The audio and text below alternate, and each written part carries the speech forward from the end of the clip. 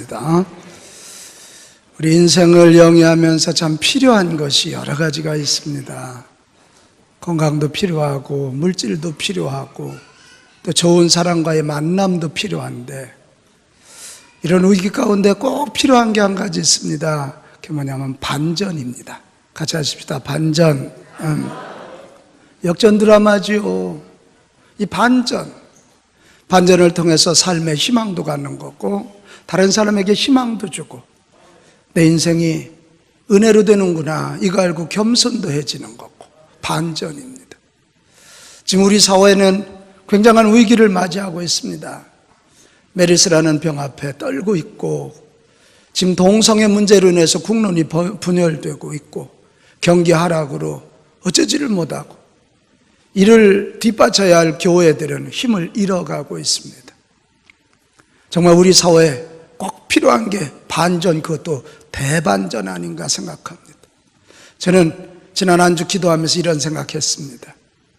메르스로 이렇게 고통당하는 이 나라, 두려워하는 이 나라가 이걸 계기로 해서 하나님 앞에 겸손히 무릎 꿇게 하시고, 하나님 앞에 무릎 꿇을 때 하나님이 대반전의 역사를 일으켜서 메르스 때문에 의료 체계가 잘 정립이 되고, 도리어 약한 자들이 강해지고 온 국민이 하나가 되는 그런 대반전의 축복을 맛보기를 기도했습니다.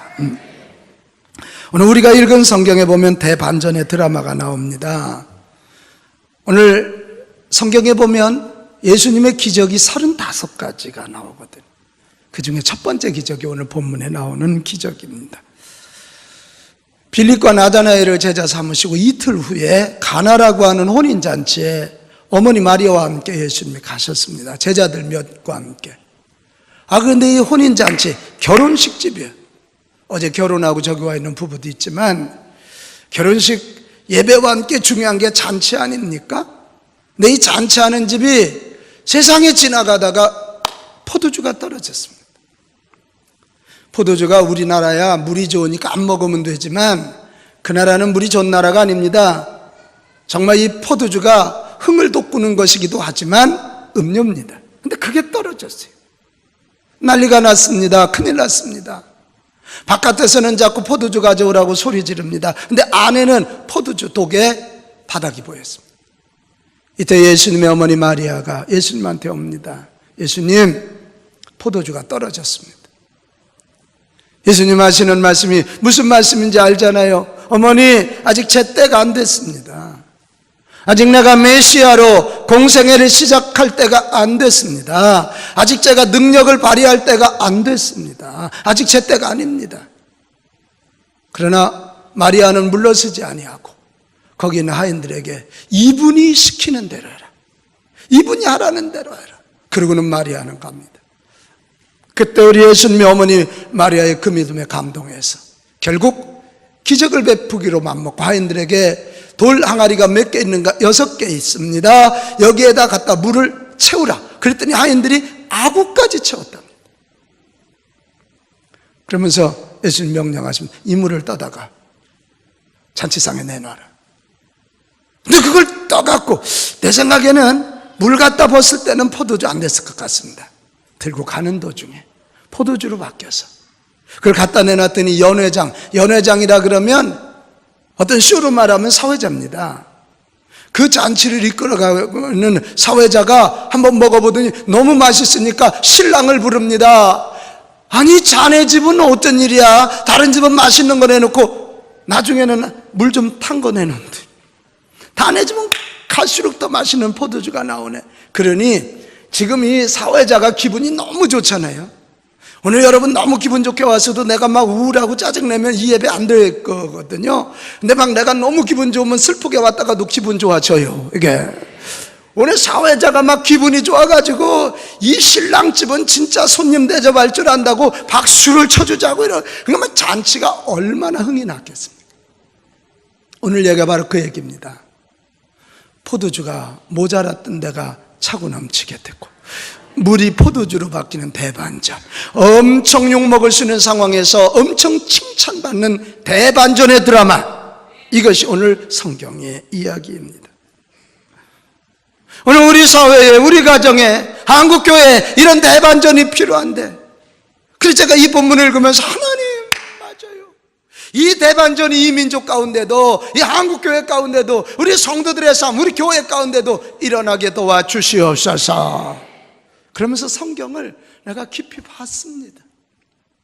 어떻게 해서 이런 대반전이 일어날 수 있을까? 어떻게 해서 이 역전 드라마가 펼쳐질 수 있을까? 결론은 딱 하나였습니다. 뭐 사람들이 노력한다고 되는 것 아니고, 노력한다고 갑자기 어디서 포도주를 만들어 옵니까? 따라합시다. 해답은 이거 하나였습니다. 같이 합시다. 예수님의 은혜 때문에. 그거 하나였습니다. 예수님이 개입하셔서 하늘의 신령한 은혜를 베푸시니까 물이 포도주가 되고 처음보다도 맛있는 포도주가 나오게 되었더라. 예수님의 은혜 때문이었습니다. 그렇다면 결론은 간단합니다.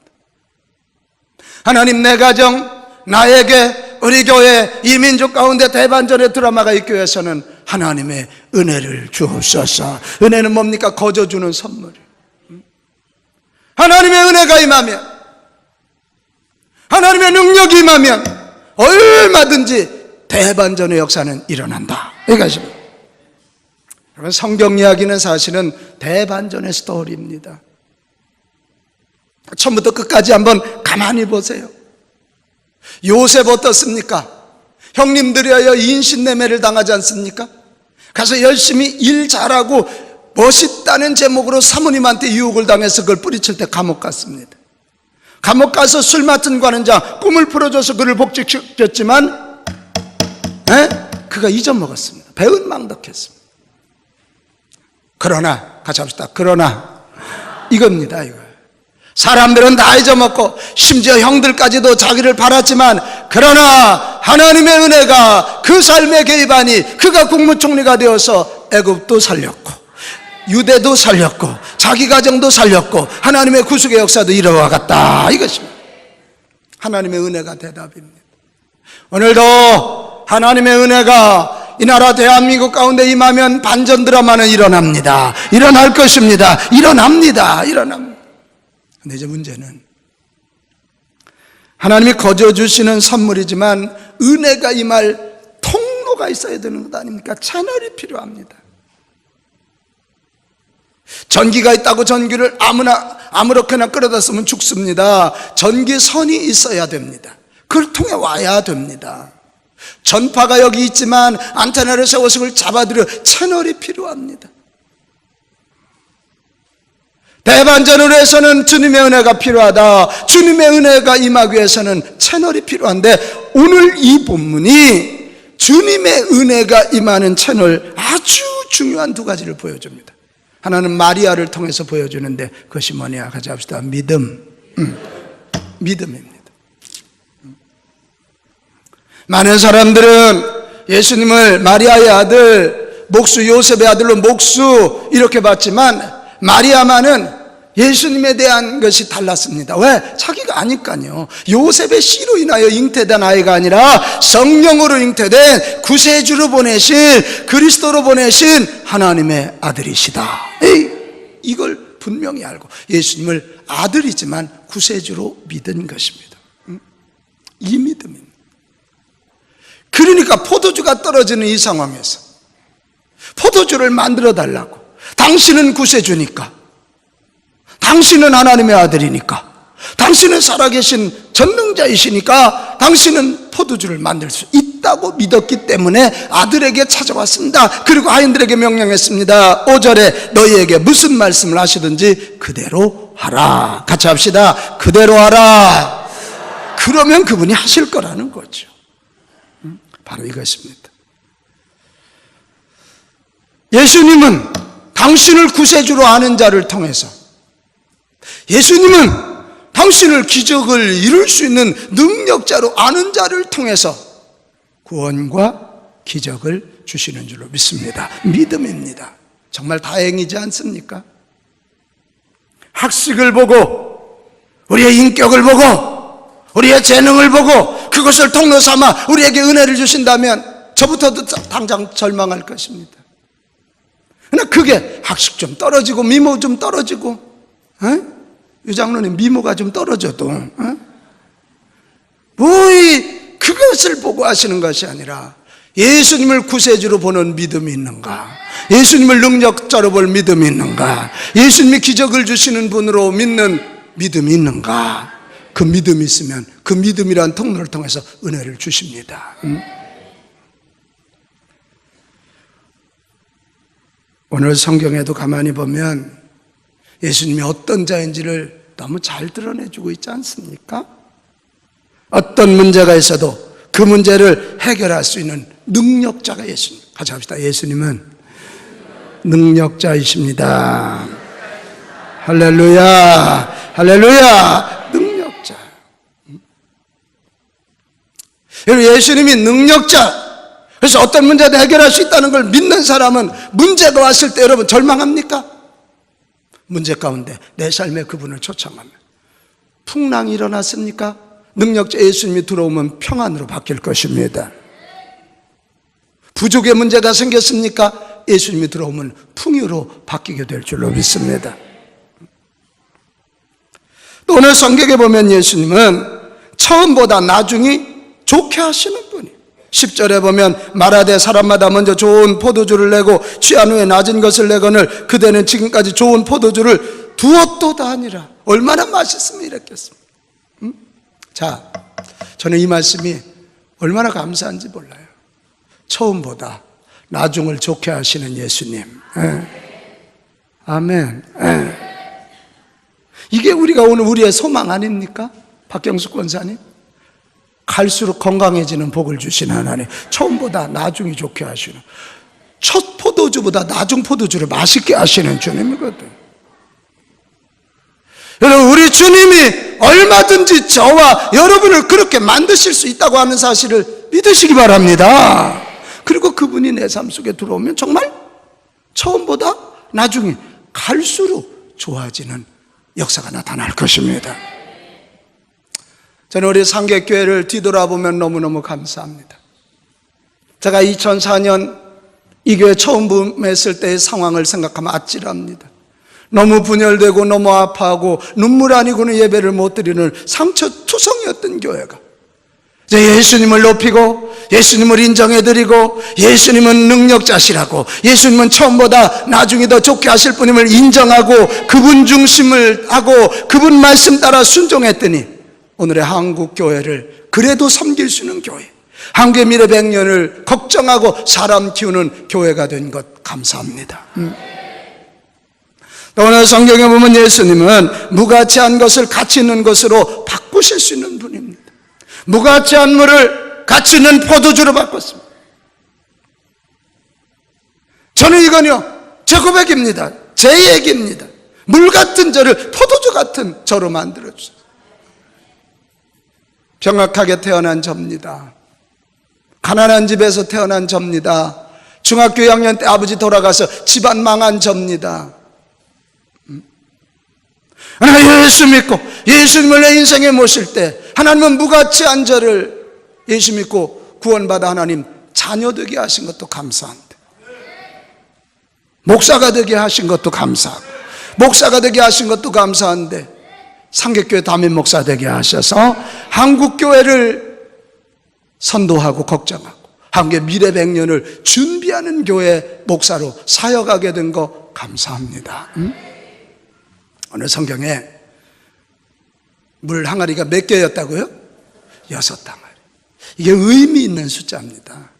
6은 인간의 숫자, 불완전한 숫자입니다. 6은 그래. 거기다 1을 더하면 7, 완전수가 나오거든. 성경에는 수에는 다 의미가 있거든. 자, 봐봐요. 맹물, 물에다가 더하기 주님 했더니 포도주가 돼. 그 어부였고 무식했던 베드로 플러스 주님이 되니까 대사도가 되어서 초대교회를 이끌어가는 리더가 돼요. 구두방에서 구두를 깁던 무디에다가 주 예수님이 더해지니까 세계적인 부흥사가 돼요. 법조문을 가지고 변호사로서 문제를 쫓아다니던 찰스 피니 플러스 예수님 하니까 300만 명을 구원한 시대적 인물이 돼요. 아주 망나니 어거스틴에다가 주님이 플러스 되니까 예수님 이후에 최후의 성자가 돼요. 사업을 해도 망하고 이렇게도 안 된 정말 무능한 사업가 스탠리 템에다가 주님이 플러스 되니까 1년에 30억 원의 선경금을 드리는 대사업가가 돼요. 스탠리 템은 우리나라 한국 CCC나 젊은이 사역에서도 헌금을 많이 한 사람이에요. 폐병삼기로 죽어가던 도요이코에다가 주님이 플러스 되니까 일본을 변화시키는 인물이 되었어요. 여러분, 이게 오늘 우리의 희망 아닙니까? 우리 주님은 무가치한 것을 가치 있게 바꾸시는 분이십니다. 여기 계신 분들 중에도 나는 너무 무가치해, 나는 너무 보잘것없어 이러고 절망할 수 있는 분들이 많이 있으실 거예요. 그러나 봐봐요, 빈독 물 항아리 6에다가 플러스 예수님 이꼴 포도주, 기적이요, 기적. 병약하고 가난하고 못 배우고 사람들이 무시하는 나에다가 플러스 더하기 예수님 하면 시대를 이끌어가는 인물 된다. 예수님 때문이다. 예수님 때문이다. 이런 예수님을 마리아가 믿었고 예수님은 그 믿음을 통해서 은혜를 베푸시니 대반전의 역사가 일어났다는. 자, 그렇다면 오늘 우리도 어떻게 해야 될까요? 예수님 잘 알고 예수님을 진정으로 믿는 그 믿음을 붙잡고 나아가면 그 믿음 통하여 우리 예수님의 은혜가 우리 가운데 들어오고 그 은혜는 우리 삶의 대반전을 이루어낼 줄로 믿습니다. 오늘 한국교회가 왜 그렇게 교회에서 기적이 없어졌습니까? 조금 먹고 살게 되고 조금 배웠다고 지성화됐다고요. 예수님의 능력을 믿는 것을 신비주의라고 치부하면서 예수님을 그냥 도덕선생, 윤리선생으로 믿으니까 그만큼만 되는 거예요. 근데 인간이 아무리 노력한다고 완벽한 윤리도덕을 살 수 있습니까? 없습니다. 우리 한국교회가, 우리 한국사회가, 우리 상계교회가, 여기는 저와 여러분이 다시 한번 예수님은 능력자이시며 처음보다 나중에 잘 되게 하시며 무가치한 걸 가치 있게 바꾸실 수 있는 우리 주님인 것을, 구세주인 것을 믿는 믿음을 회복할 때 그런 일이 일어날 줄 믿습니다.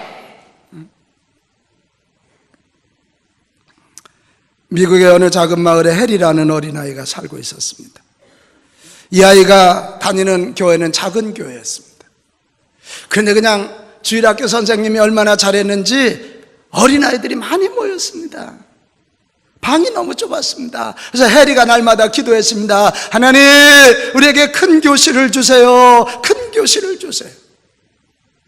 목사님이 그 기도를 들으시고는 해리야, 우리는 시골이라 너무 작은데 교인도 많지 않고 그건 불가능해. 이 말엔 차마 애가 상처 입을까, 어린애니까 못하고, 해리야 다른 기도를 하면 안 될까?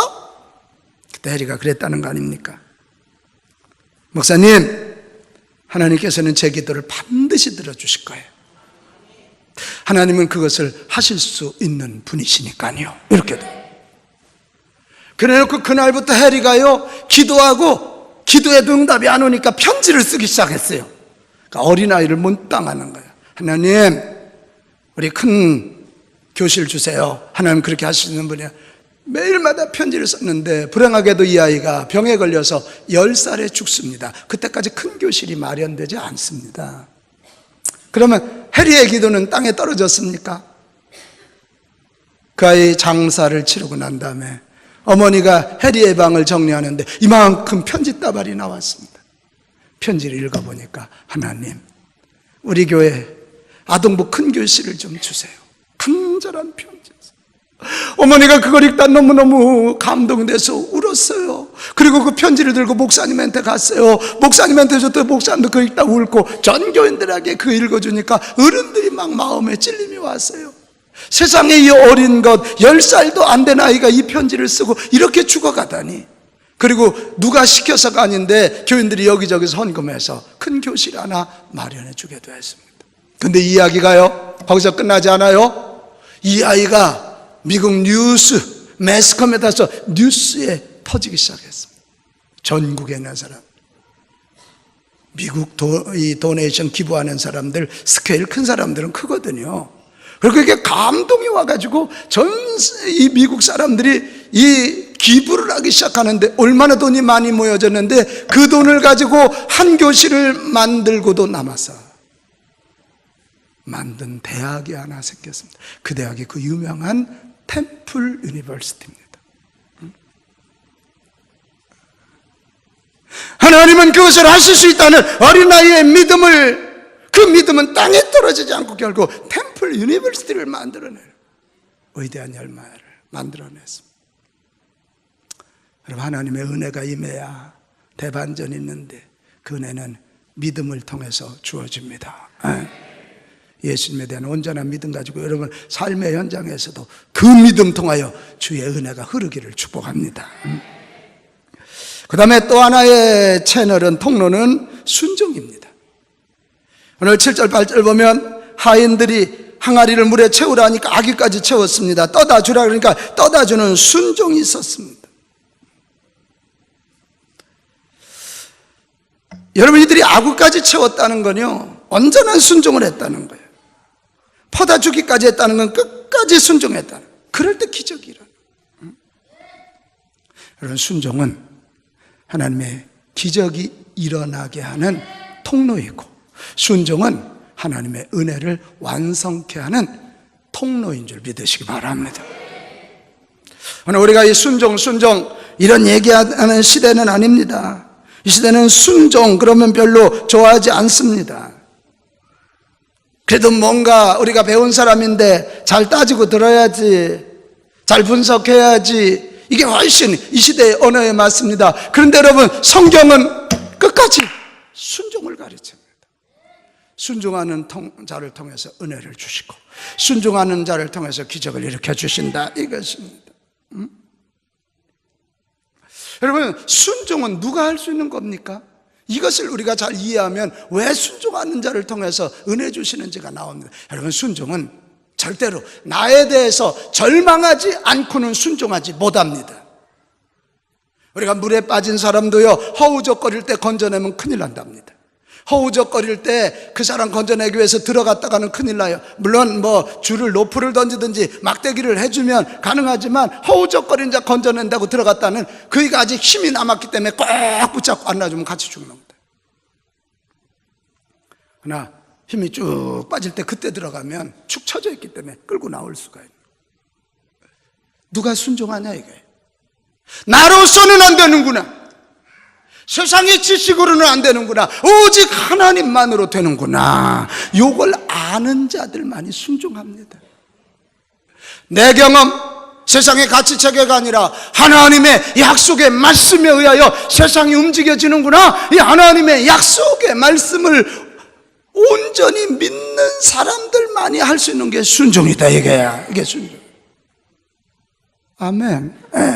그래서 하나님은 자기에 대해서는 절망하고, 자기에 대해서는 다 내려놓고 하나님만 의지하고 하나님 말씀을 온전히 붙잡는 그들을 통하여 당신의 은혜, 당신의 능력, 그것을 베푸사 반전의 드라마를 일으키시는 줄 믿습니다. 여러분, 이렇게 본다면 우리 이런 결론 하나 내릴 수 있지 않습니까? 인생의 종착역이 하나님의 출발역이다. 순종의 비밀을 아는 사람들이 할 수 있는 이야기입니다. 인생의 최악이 하나님의 시작이다, 이거래요. 포도주가 떨어질 때가 새 포도주가 나올 때다, 이런 것을 안다, 그 말이에요. 사랑하는 여러분, 순종하는 자를 통해서 하나님의 은혜가 임하고 그 은혜가 우리 삶에 반전을 가져온다면 우리 하나님을 철저히 신뢰하고 하나님의 약속의 말씀을 붙잡고 순종하는 자들이 됩시다. 순종하되, 오늘 하인들의 순종을 좀 보십시오. 물을 아구까지 채우는 순종을 했어요. 어디까지 채워요? 아구까지 채웠어요. 저는 이게 굉장히 감동해요. 근데 성경에 아구까지 채우는 순종 이야기가 굉장히 많이 나와요. 아구까지 채우는. 아브라함이 하나님이 이삭을 번제로 드리라. 번제로 드린다는 게 얼마나 무서운 건지 알죠? 배를 가르고 창자를 불태워서. 그러니까 아들을 죽이는 거예요. 근데도 이 아버지 아브라함이 하겠습니다 그랬거든. 그러면 그 정도만 해도 나 같으면 어우 저 감동 이랬을 텐데 하나님은 그때까지 안 했습니다. 말을 태우고 가는 데까지도 안 했습니다. 장작을 다 싸놓고 이삭을 뉘어놓고 칼을 들어서 내려치려고 하는, 이게 아구까지 찬 겁니다.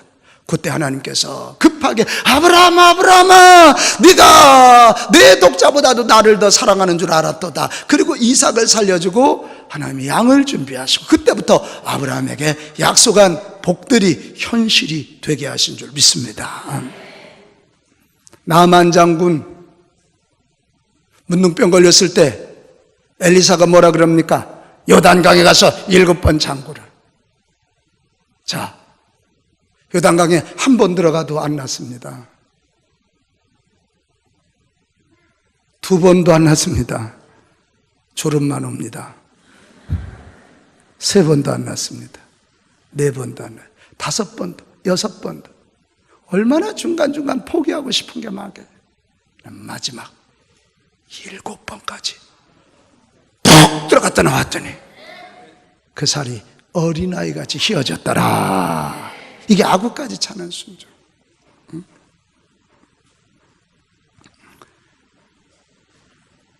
이 시대가 보통 험한 시대가 아니에요.